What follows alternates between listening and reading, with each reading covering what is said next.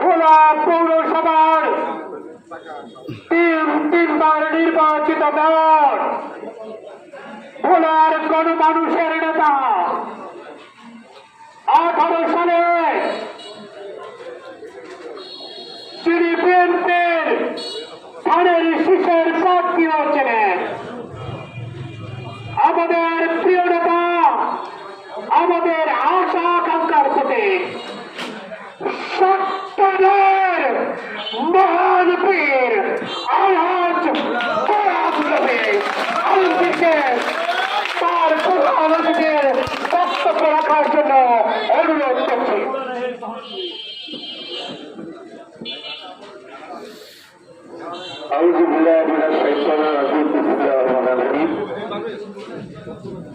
আজকে জাতীয়তাবাদী দল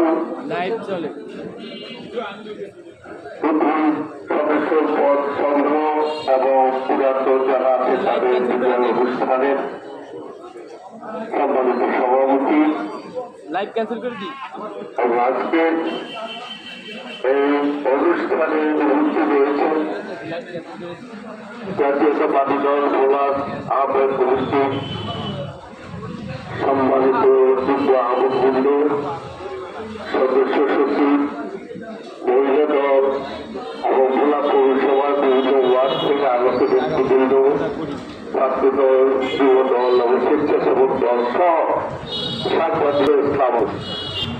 আসলে কয়েক বছর পরপরই আমরা এই অনুষ্ঠানটি করে থাকি। আগের যারা সদস্য হয়েছেন আমার সাথে আছেন, অন্যান্য সদস্য হয়েছিলেন।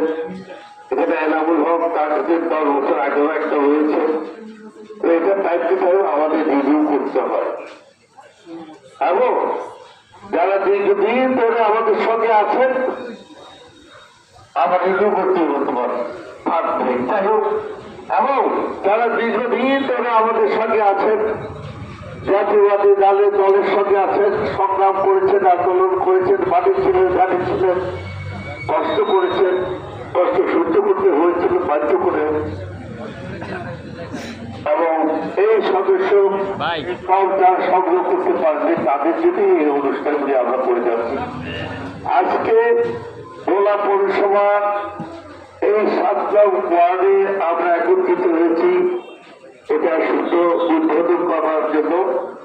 আজকে থেকে এর পরে পৌরসভা বিভিন্ন ওয়ার্ডে ওয়ার্ডে হবে, তাই না ভোলা সদরের প্রত্যেক